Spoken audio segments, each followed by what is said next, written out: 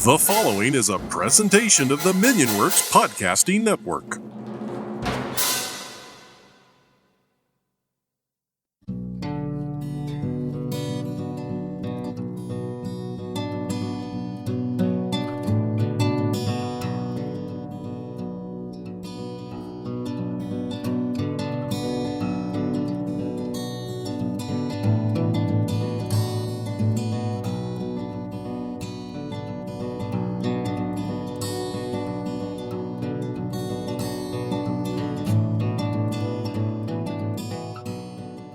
Hey everyone, and welcome back to Freelance Heroism. Before we get started, we have a couple of announcements. First, we'd like to remind you that we're taking questions for a mailbag episode. If you'd like us to answer your question in or out of character, email us at freelanceheroismpodcast@gmail.com. We also recently started a Patreon for those of you who like what we do and want to help us give you a better listening experience.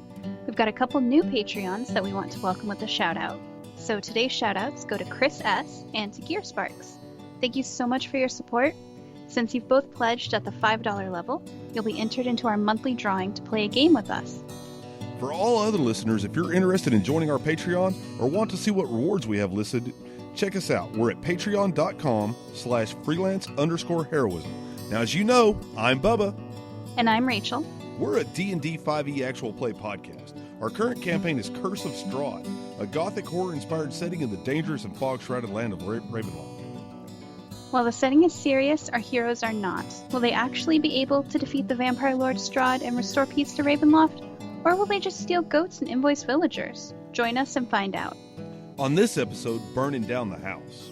Last episode, the party entered the town of Valliki, where they returned the rescued children, complete with invoices, to their homes.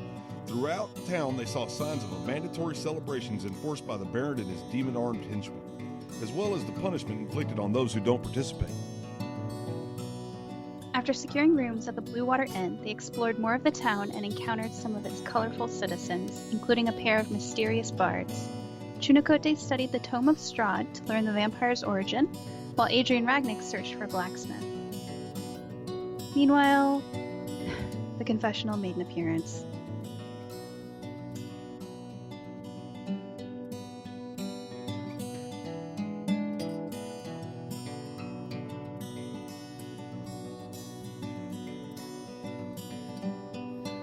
It has been a very long day. Confusing. Started with goat armor, ended with fire. Adrian, Mr. Professional, saw a lot of it, so they are going to explain to me what happened. Because it's all a jumble. It was a very busy day. Yeah, there was a lot of reading. So, the day started out with us all being in Valliki. Me and Ragnick went to go commission goat armor from these really weird blacksmith brothers. I think their names were Nick and Knack. I don't think they've ever actually seen an orc or an elf before, because they were just strange guys, but I guess we'll see them again when we go pick up the goat armor, which Ragnick had a bunch of leftover mithril, so the goat's gonna have mithril armor. Fantastic. I've never seen before, so that's gonna be. Nobody's ever seen goat armor before, AG. Well, Nobody's they've never seen seen mithril goat armor before either. I'm having an existential I mean, crisis. have you seen mithril goat armor? I've never. Look, if it were up to me, I would never have seen a goat. Everything's gone off the rails. I think it's too late to have never seen a goat. Yeah. Yeah. You ever seen it? Oh, well, never mind. Okay. So as we were walking back, we saw an elven woman in an alley. She had the short blonde hair, and she was wearing mithril chainmail, and she had a military-style elven cloak. She actually looked a lot like my mom. I went after her, but Ragnick and I lost her around a corner. We looked around for tracks, but I don't think Ragnick or I are very good at tracking people. And I called out for her in Elven, but there wasn't a response. So she must have just walked too far away to hear me. But we're gonna go back there and see if maybe she left something or if she goes back there. So after a while, we continued on, and we saw more people that were locked in the stocks, that the Baron's been locking people in there for not celebrating. So I guess he thinks that if you participate in celebrations, it helps keep Strahd away, which I've never really heard of before. But Yeah. He's definitely afraid of partying. well, Lesser known fact. Ragnik definitely doesn't like it, so he freed them. And while he was doing that, we heard someone clapping, and we looked, and it was one of the half-elf bards that we met at the Blue Water Inn. It was Luda, and Sorry. and he seems when I was growing up, my mom said I wasn't allowed to talk to bards. She said that they were a bad influence, but I think she just had a bad perception of bards because he's been really, really nice. All strange men that you meet for the first time are nice. Can sing and play instruments. They're cool with me. No danger here. He's been very nice. Right. So, anyway, he said that he was missing his homeland, which is Furundi, which he said I am from there as well, but I'm not sure how he would know that, because I'm not really sure exactly where my mom was from. She didn't talk about it a lot, and we lived kind of isolated. We lived near a human settlement, but we didn't go there very often. But he also said that I reminded him of an elven noblewoman that he knew, but he didn't seem to really want to talk about her a lot, so maybe I'll ask him about her again later on. Yes. Yeah. At the bard party. Oh, and I heard from my celestial voice. It told me that there's more to him than meets the eye. So he's definitely a very interesting person, Oh my and I God. think he's really nice. I bet he's jazz. I bet he transforms.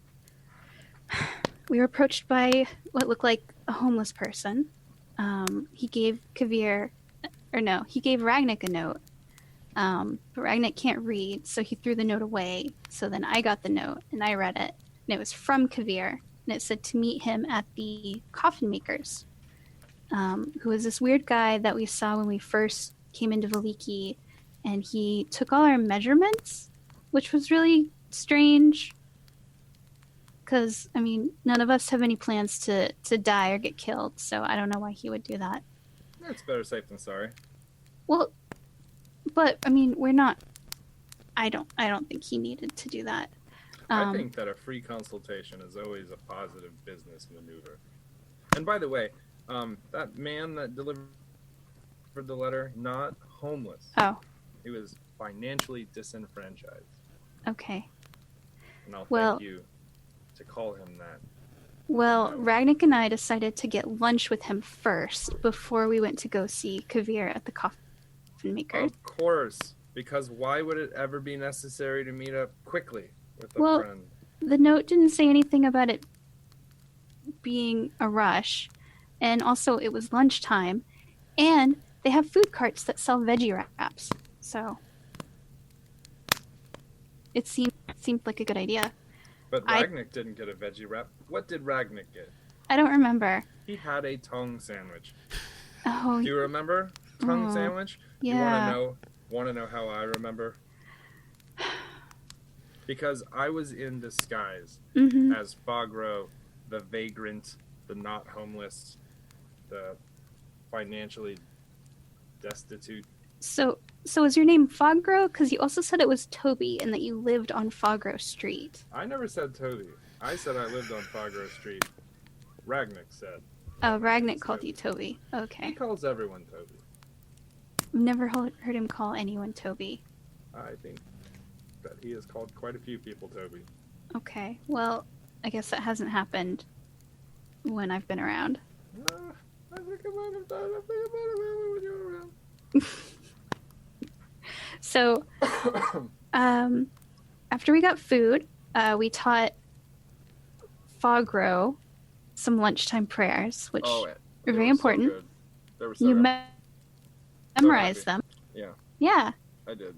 yeah. It was I really, loved them. it was really good. So I'm real- next time we have dinner, you can lead us in mealtime prayers. Right, or before I say kill myself for having to know those things. So, we decided that I would go get Chunikote, and Ragnik and Vogro would head to the coffin makers to meet Kavir there. Right, but before you went to get Chunikote, you stopped off for a second lunch, because that's what you do before you meet up with friends. No, I didn't have a second A lunch. second lunch, and then after we met up, we had a third lunch. No. I should start. I didn't realize I had to write time was a factor on the notes. I'm upset. Well, I thought that we were just going to talk to him. I didn't realize at the You end went- of it was going to be all this fire and everything. Last time, I will direct your attention to previous events where I had gone missing with Chunikote, and you all decided to have omelets. Do you remember? Yeah, because it was breakfast. Holy shit. I should make sure that all of my antics don't align with any of the primary meals of the day, otherwise I'm fucking shit out of luck. So Maybe I could get a list of when you guys eat, so that way I could know. we eat at normal times. Anyway. So I went to the Blue Water Inn, where Chunikote was at. He's been studying this book that we got called The Tome of Strahd, which I guess talks about Strahd's past. I told him that we were supposed to meet Ragnik and Kavir at the coffin makers, and I was maybe also kind of excited about stopping by the alley again, because I know that Chunikote is really good at tracking, and so maybe he would have seen something that me and Ragnik missed. So we stopped at the alley on the way to the coffin makers. I want again to point out how indirectly they got back to us. They went, they had a meal, they taught some prayers to a local homeless man, then they moseyed up to the hotel, got you a stroll around through an alleyway. If you drew this on the map, it would just look like a spirograph. It would just be all over the fucking place. I didn't realize that Chunikote would want to immediately go to the alley. I also thought that you and Ragnik were only going to talk to the coffin maker. Well, I do now, but I was really excited to see my mom. Fair enough. So, you guys went to the coffin maker. What did you guys see inside? Because I never saw inside the building, and I can't now. Well, when I got close, I was still in disguise. I had never revealed myself to Ragnik. The idea was that I could use Ragnik to make people... He would walk in through the front door as he does, as he's a big guy. And because I wouldn't go with him and I would be in disguise, I could sneak around behind the building, and when people tried to escape, I could catch them. That was the plan. I did not realize that we were going to have a nice lunch of tongue sandwich, which I don't even know what animal that tongue came from. It was I don't way know. bigger than it should have been. Yeah, I would just get a veggie wrap from now on. But as we approached the building, we separated. He told me that I should get out of harm's way, I think is the way he put it. And then he stormed up like he does. In that time that it took him to get to the door, I snuck around back, changed into professional garb, da-da-da, then waited, but unfortunately no one ran out the back. And what I heard was a loud "Ugh!" as he collapsed a townsfolk into a building, just laying him out like a sack of bricks. One hit. Oh, I was terrified when I heard it, that I heard fractured bones. I thought he was going to be dead. But when I got around, he wasn't dead. He was pretty close, but not dead. So we investigated, and when I say we, I meant he held him up very high so that he couldn't touch the ground, and then I did all the hard stuff. So I walked around a lot of coffins, and there was a staircase that took us up to a top floor. But the windows were all locked, closed with shutters. And while at first I had not thought anything weird about it, considering the first floor was completely covered in coffins, that was the weird part to me. Turns out that he had actually taken the bones, and the bones were upstairs, surrounded by half vampires, and they were sleeping. So me and Ragnik, in a, I would say, traditional flight of fancy, decided that it was probably in everyone's best interest to immolate the interior of the building and stand out front while it happened. And so, yeah, that's what we did. Okay. Well, at the alley, Chunkote checked for tracks, but he said he only saw mine and Ragnik's. He thought maybe what I saw wasn't actually my mother, but an illusion.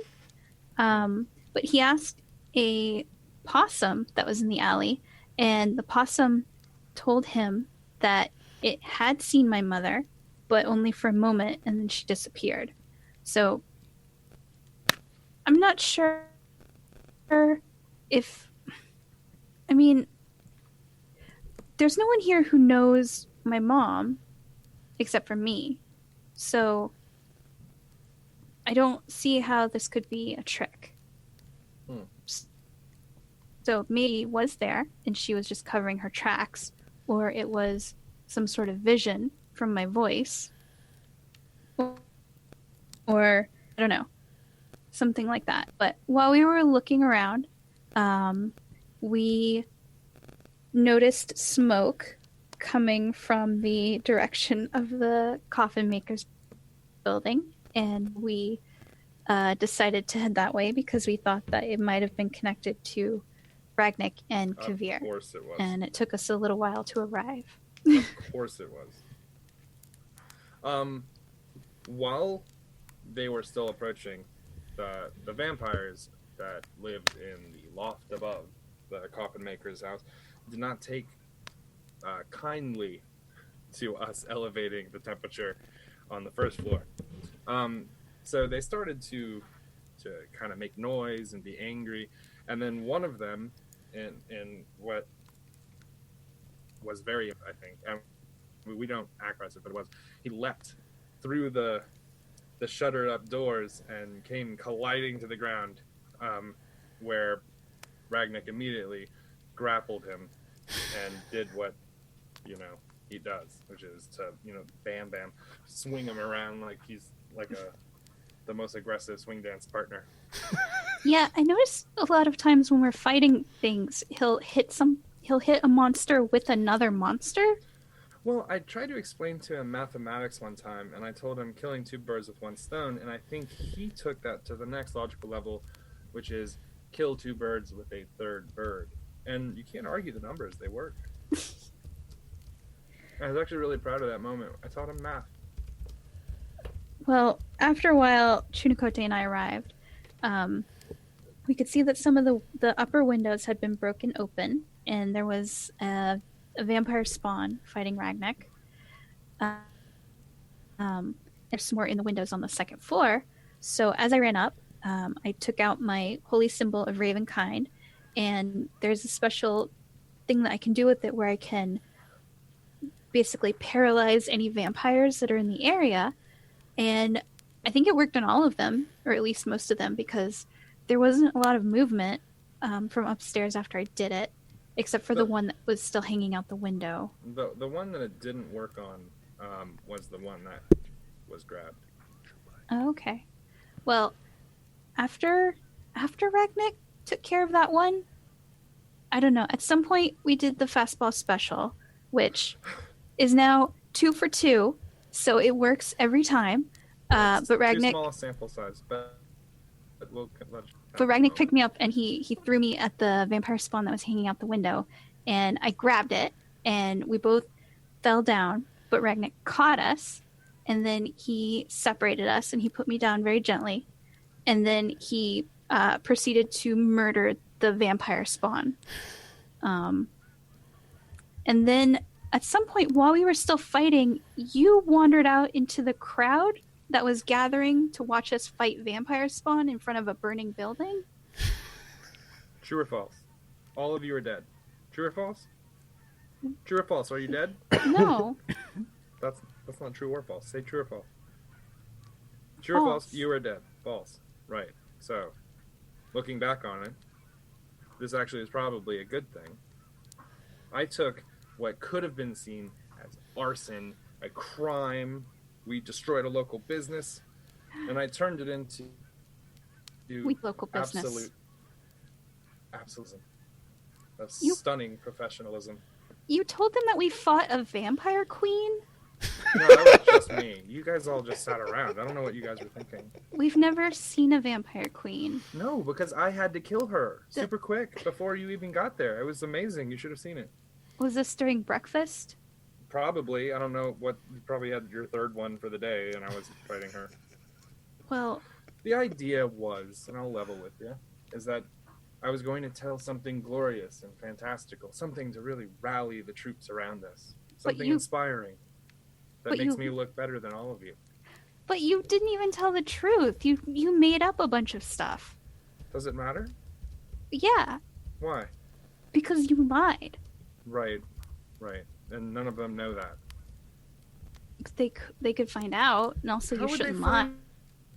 find out? Only them. Well, if you had a sudden and aggressive attack of conscience and just decided to go around and ruin us, then yeah, I guess they might find out.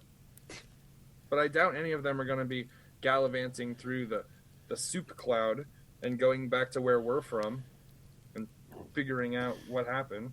They don't know there's not a vampire queen. These people have a party all the time, and they worship bones that are burnt churches. Well, these people are all rustic rednecks. I think maybe you should tell the truth about the great heroic deeds that we've done, rather than making up some stuff. We burnt down an innocent man's business because there were some things that he didn't like up above, who were probably threatening him with his life. What happened to him? He ran. Oh. I haven't seen him since then. I hope he's okay. Who cares? Well, who cares? I care. Look, I'm sure he has one built for himself in that house. This house is burnt out. Okay, fair enough. Well, then we're keeping him in business. He has to redo all that work. We're motivating him to strive for perfection. Well, so anyway, right as Ragnick ripped the head off of one of the last vampire spawn, which was really gross, and I got blood on my chainmail when he did that. The building collapsed in this big sort of fiery plume. And then someone in the crowd called us heroes, and I wonder why they did that. Oh, and the bards were in the crowd. I saw them there. They were watching. That's true. I spotted them and I gave them the old crossbows.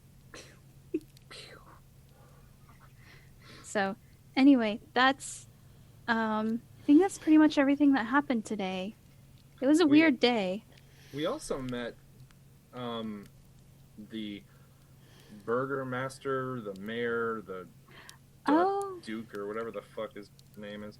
Him and his demon-armed friend, who I thought was fantastic. That guy was just fantastic. He's kind of weird.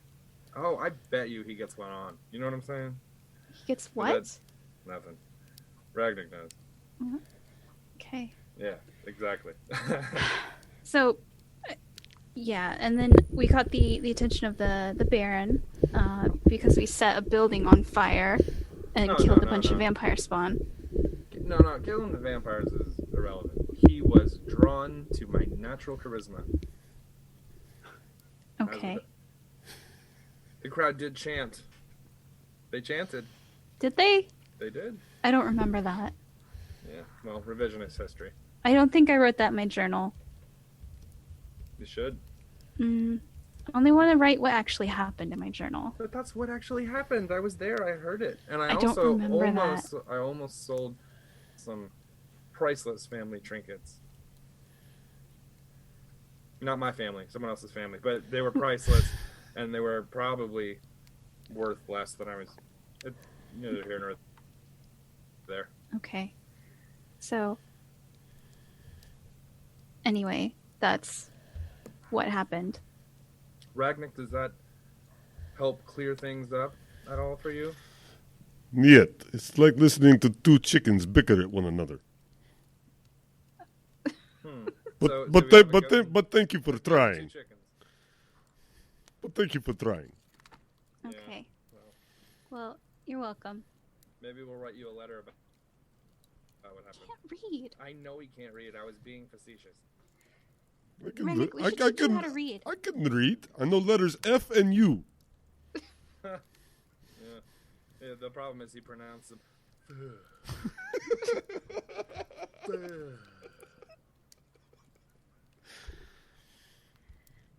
Okay. Well,